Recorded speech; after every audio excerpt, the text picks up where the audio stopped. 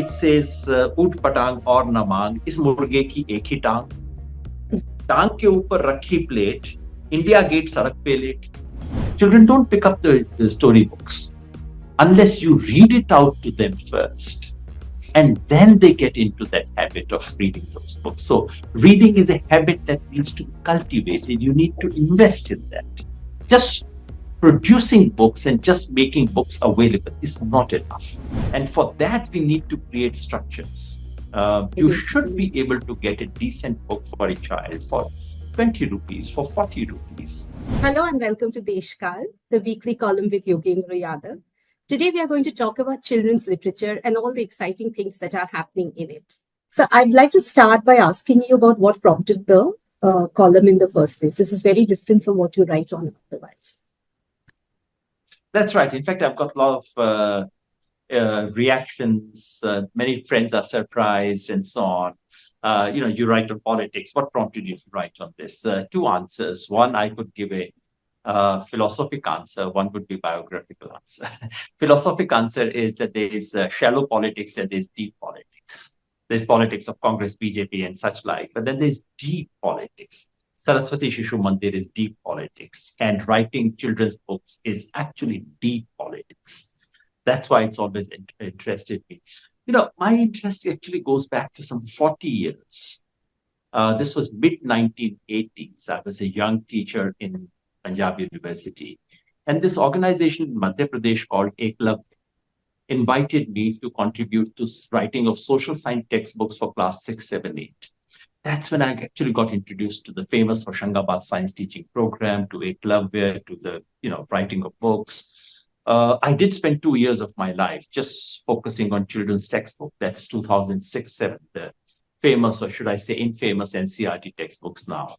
I spent 3 years doing that. So, and then as parents, my wife and I, we had enormous interest in children's books because we wanted to ensure that our children are not just the usual monolingual English-speaking kids that you find in a certain section of our society. We were very keen that they should know Bengali, they should know Hindi.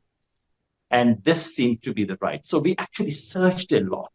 As you can see, the piece reflects much of that. Right. And I was quite taken in by what I saw, the stuff that has come out recently. So that sort of prompted the piece. But my interest goes back a long, long time.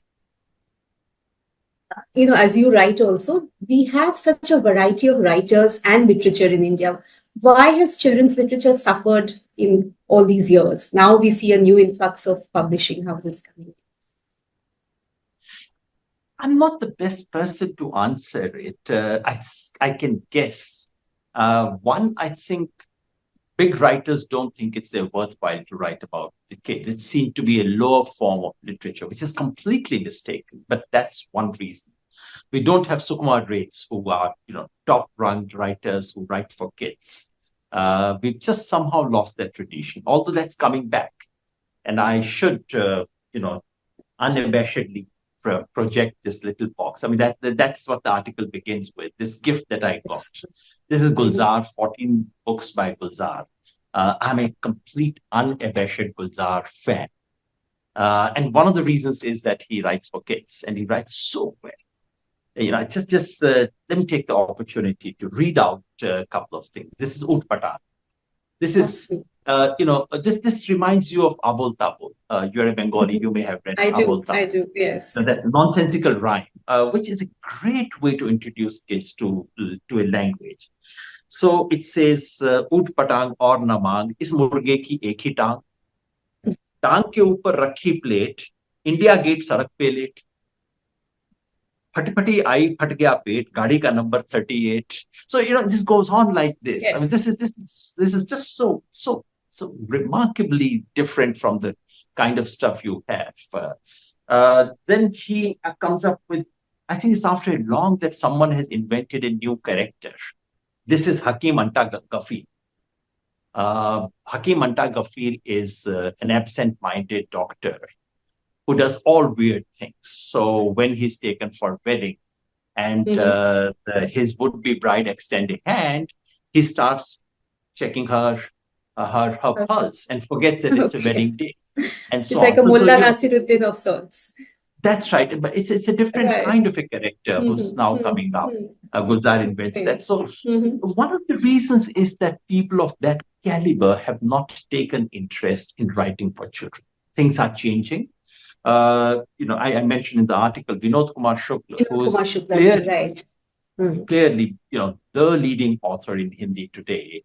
He, for the last 10 years, has kind of focused on writing for young adults, which is such a great thing. And we have someone like Krishna Kumar, who's not just an educationist, who's also a great writer for children. He's focusing. So we would like to see more of that. So that's one reason why we don't get that kind of stuff. Also, the second thing is pure economy. Children's book take a lot of resources to produce. It's not just writing. You need wonderful illustrations. Incidentally, one of the reasons I like this book so much is the quality of illustrations. And one of my complaints about Indian books, children's books, have been that they used to be so poorly illustrated. No wonder when we got some Soviet era books, we would be so excited. They were so beautifully produced.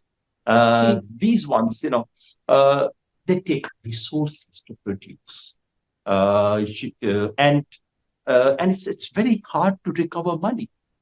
I spoke Right. to publishers, and they told me, look, the kind of investment you need to make in order to produce a good book for children, it's very hard to recover. If it's priced in dollars, of course you can recover, but with you expect to get a good book for a child in 40 rupees, 50 rupees. Right. There's no way any publisher can afford it. So you have to create structures which subsidize, especially if you want children to get it in Indian languages. So that's one of the reasons why we see this upsurge primarily in English language, which is where the new middle class, although middle class is a euphemism for the top Indian 10%. So we have a new class that can afford to buy children's books. But those who can't are the ones who need it most. And for that, we need to create structures. You should be able to get a decent book for a child for 20 rupees, for 40 rupees. That is impossible if you have to go by the economy. And that's why you had places like the National Book Trust, the Children's Book Trust, which incidentally did bring out very good books in the past. We should not, today, now that we have private publishers and so on, we should not forget the role of that. I remember that book by Miki Patel, Rupa Hathi. Yeah. A lovely tale, and how beautifully illustrated it was for those days when the quality of printing was not so good. So you need structures of that kind if you want to ensure that. And it's the absence of that which is what accounts for the kind of literature that we have today. Break this up into two. You mentioned this in your piece also, that we need both government initiative and private initiative. So if you could talk about the way the private sector philanthropy can come into this and help children's publishing now. Of course they can. I must mention Rohini Nilekani, who has personally invested a lot and is single-handedly responsible for Pratham Books and the kind of quality they've started producing now. Or Sanjeev Kumar, who's supported Iktara and other such initiatives. So one of the things, if you want to do quality CSR, if you have some money to spare and if you want to invest into the future of this country, I can tell you, investing in children's book is one of the best way to do so. What can you do? Say you are a Telugu sitting in the US, IT, you remember your early Telugu rhymes. Why don't you institute an award for the best children's books in Telugu every year? And when you do it, please don't do it only for the writers.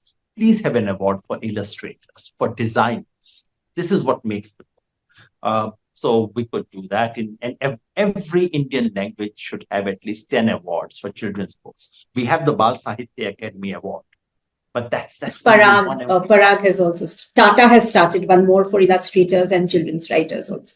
That's right. So we need hundreds of such awards. Number two, some way of subsidizing writers and illustrators. If you want Vinod Kumar Shukla to write for children, clearly the royalty wouldn't pay for it.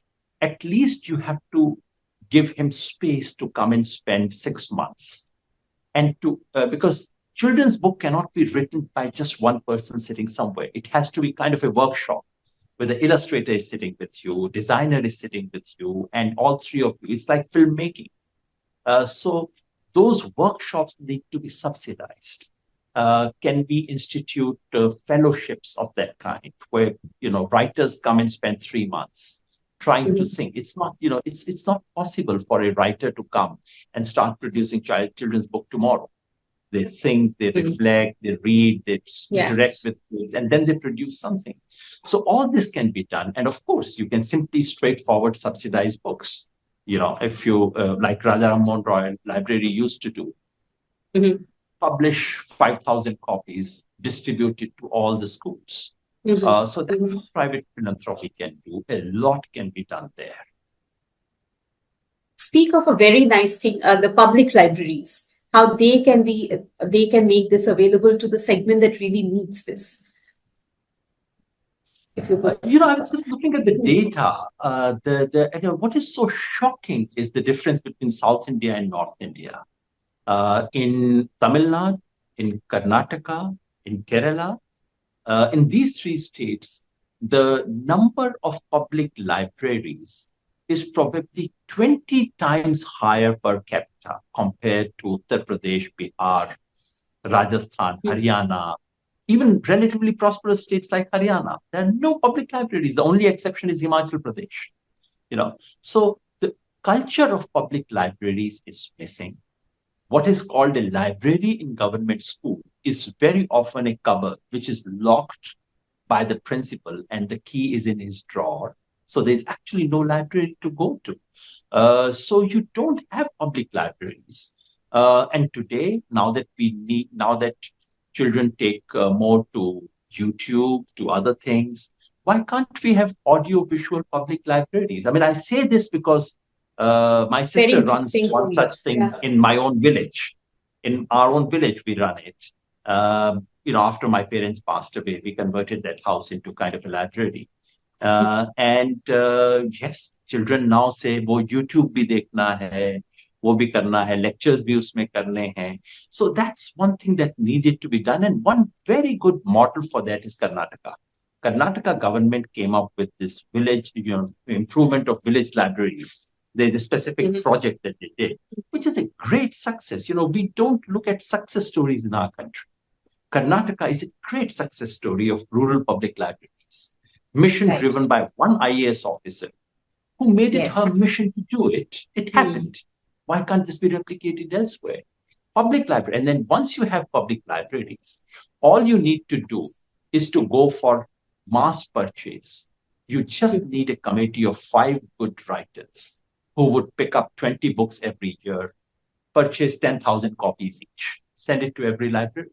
This has happened in Himachal, it happened in Uttarakhand, it happened. Although there are issues about the quality of purchase and all kinds of things do happen there. Yet these are things which can be done. So the entire thing of public libraries is something which can be improved, where a lot of state investment is done. Every state government invests money in free textbooks, which is a good idea. But, please, can you spend 1% of that money, storybooks, on children's books? That would make a huge difference. So I wanted to ask you, you mentioned this audiovisual books. Children, do you find children going back to books? Now that sort of seems to be like the fundamental question nobody deals with. And when I see all these things and when I see these new books, that is something that automatically comes to my mind, that the availability would make them return in the same way that the easy access of it, the promotion of it. So what could we do in terms of promotion, in terms of easy access for children? The question of return relates to those children who have already taken to phone, to social media, and so on. But there are categories of children who haven't. Number one, very young rural children who go to Anganwadi. If every Anganwadi had 50 storybooks, these are children who have not yet taken to social media, who have not seen a computer, who have not begun to handle phones of their parents. So just nice, lovely, colorful books, 50 books in an Anganwadi would go a long way. Number two, so many rural children still don't have access to smartphones and television. Yes, after television, things do get difficult, but you can create audiobooks. Karadiel tried that, where Gulzar himself, Usha Uttar, Girish Karnad, these are the people who actually narrated stories for children. So you could have audio with the book, and the audio tells you which page to turn. As you turn the page, the audio gives you a sign. So you could do things of that kind. And I'm still, the success of Harry Potter, which I talk about in this article, demonstrates that the charm of a good old printed novel has not disappeared yet. Otherwise, Harry Potter wouldn't have been a phenomenon. The films came so much later. And, the day, honestly, my wife and I thought we've lost that battle of getting our children into Hindi literature, is when I saw them at midnight, hiding from us and reading Harry Potter. And we couldn't give them anything in Bengali or Hindi, which was of that caliber, which could actually catch them, grab them, keep them. That's the kind of stuff you need to produce. But children still take to it. If you can mix this, and if you have parents, also it also depends on the habit. Right, like you say, that you read with them and to them. That's right. Yeah. So one of the decisions we took, I'm not recommending it, but it's not a bad idea to try. When our kids were 5 and 10, we removed television from home. We just did not keep television. And as they grew up, we said internet is an option, but at least the lazy surfing option is something we removed. And then we would sit with them, read out to them. But yes, you need to make effort. I'm not saying what we did was great. In retrospect, we think there's so much more that we could have done. But these are things that work. You have to get them in the culture of reading books. The same thing is happening in my village. Children don't pick up the storybooks unless you read it out to them first. And then they get into that habit of reading those books. So reading is a habit that needs to be cultivated. You need to invest in that. Just producing books and just making books available is not enough. I'm going to ask you one question that has been on my mind as a reader. Would you write books for children? I can't. I mean, I've done this for textbooks. I have written class 9, 10, textbooks. Yes. I'm a very poor storyteller, unlike my wife. I'm a very. I mean, in Hindi, I do think I have some way of playing with the language. In English, I feel so constrained. It's not my language. Unless you can make a language stand on its head and dance, you don't know the language. In that sense, I don't know English. But Hindi, yeah, once in a while I'm tempted. And Sushil, who is heading the Iftara initiative, he's asked me to do a column in their magazine called Cycle. And I'm thinking of that, writing on that. But mind you, this is a very highly skilled thing. The fact that that you think you are a writer doesn't make you children's writer. Just like teaching nursery kids is one of the most difficult things. And unfortunately, the most underpaid of our jobs. It should be one of the highest paid jobs in the country. Right. Similarly, writing for children is a very difficult thing. I'll try my hand. I don't think I'm good. Thank you so much, Professor Yadav. This has been very exciting for us because I'm deeply interested in children's book, and that column was beautiful. Thank you so much. Thank you. Thank you, Barbara.